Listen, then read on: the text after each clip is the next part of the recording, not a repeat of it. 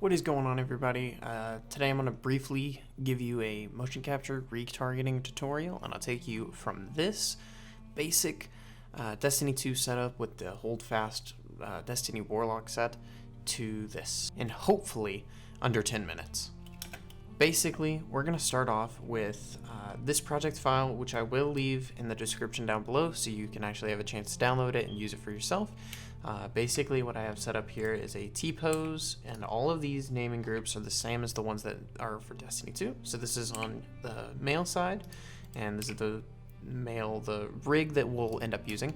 This is the female, and the female rig that we'll end up using. And there is slight differences with scaling and that sort of thing, so that's why there's two. So that's why there's two different sets. But I'm going to really quickly drag in the male hold fast set using this append button, going to object, and just hitting append. The only thing that won't be brought back in, weirdly, is the hand textures. So you can go ahead and delete the skeleton along with the little custom bone shapes down at the bottom. And what that leaves us with is just a hold fast set with no rig, no skeleton that allows you to deform the mesh in any particular way. What we're going to do is, since this is the male hold fast set, we're going to use this male motion capture T-pose. So super simple process, just drag it over, Control P using armature deform, and then boom, there you go. You can hide this rig for now and just shift select, and let's really quickly demonstrate the difference. So if you tab into edit mode, you'll see that the character goes right back to the default pose, but that's not what we want. Our default pose needs to become the T-pose, so that's why we use that rig. So if I go back out, if I select all of these and make sure that one of them is selected as active, I can hit Control A and go down to the bottom, Visual Geometry to Mesh. Clicking that, if I click on one of these and go back into tab and to edit mode, you'll see the mesh is now deformed accordingly to a T-pose.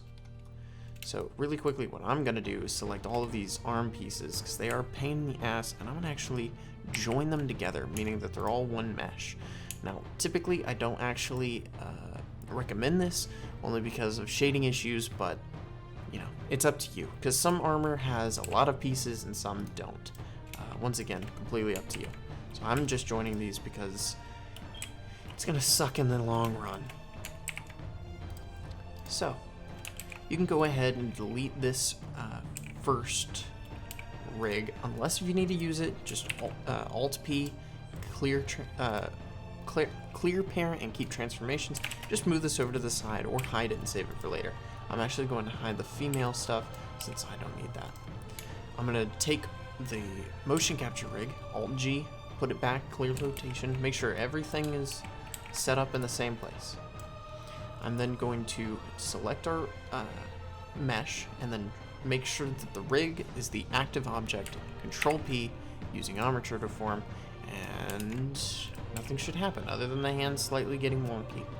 But on the feet, nothing's going to happen because these bones have different names. So really, really easy to fix this.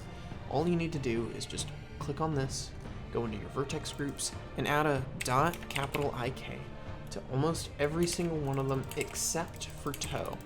Toe gets a specific one for 0.001. And the reason I did that is to keep foot, LR, and that sort of thing just separated, just so people don't get confused. Now that we've gotten this done, all good. You can move it around. You'll see why we use this process in this rig instead of the alternative in a few seconds. So in the event that I send somebody motion capture data, it'll typically be in a .bvh file. So you'll go down to import BVH. So I'm going to go into here and just select a random one. So I'm using take one for this example.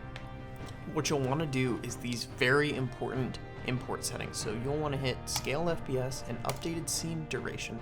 And what these do is, if you have a 30 FPS scene and all of your other animations are set for 30 FPS, this will take the motion capture data and scale it accordingly. If you use updated scene duration, it does exactly as it sounds. It goes from 250 frames normally to however many are in the motion capture animation. So, inputting the animation and going back to frame 0, you'll see he's in a huge T-pose. What you'll want to do, hold all of these and do 0.01.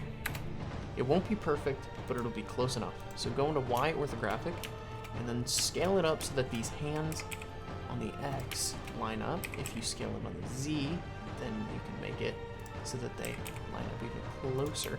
What you're kind of wanting to do is get this ball joint to line up perfectly. And then go into top Z orthographic and move it forwards just so everything's a little bit cleaner and a little bit more lined up. It doesn't have to be perfect. That's the point of these retargeting tools. So then what you'll want to go do is, from the download link I've added at the bottom, go to Rococo's website. All you need to do is make an account and download the Blender plugin. By doing this, you'll be able to select these armatures and give them new naming. So, for instance, I'm going to select source, which is this take 1, and I'll just make sure that I'm on this rig, which is 0.003. I've done this a few times. I messed up audio.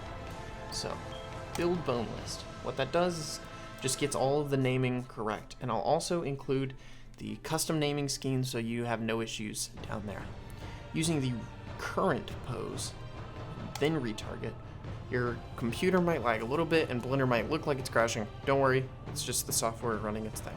So, after this little thing looking icon is done, you can just kind of hover over the middle and it'll be all good. So I'm going to hide the first animation just because that's not something that we need. Hit play, and if it's successful, then you should see your character start moving around in the screen. So if you want to do something super cool, add a plane, just make sure that it's on the origin point, and then go into pose mode, select these bones, go down to bone constraint, select the floor. It should just be plane.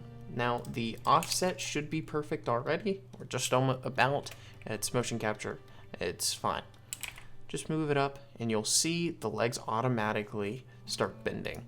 So what's going to happen is if he does an animation, it prevents him from going beneath the floor and creating this horrible clipping that you'll sometimes see in really unfinished animations. So that's pretty much it. And then if there's clipping on the body, say my hand goes through me like that, boom, easy. I just use these little adjusters and we're all good. So I'm using R and I'm using G. Pretty easy to do, very self-explanatory. You can keyframe them so that if it's perfect in one shot and not in another, then easy fix. You can use the pull targets to adjust all these angles. You still have the shoulder twist fix ups, basic things that are in the normal rig. So yeah. Once again, huge thanks to 3XN for helping me create this rig. Be sure to give him a follow on Twitter. I've included his name in the little project file. And yeah, if you have any questions, feel free to ask away on my Twitter. My Discord is read3169. Super quick, super easy, and if you can get down the routine, it should take you only about 5 minutes start to finish. And that's it. Thanks.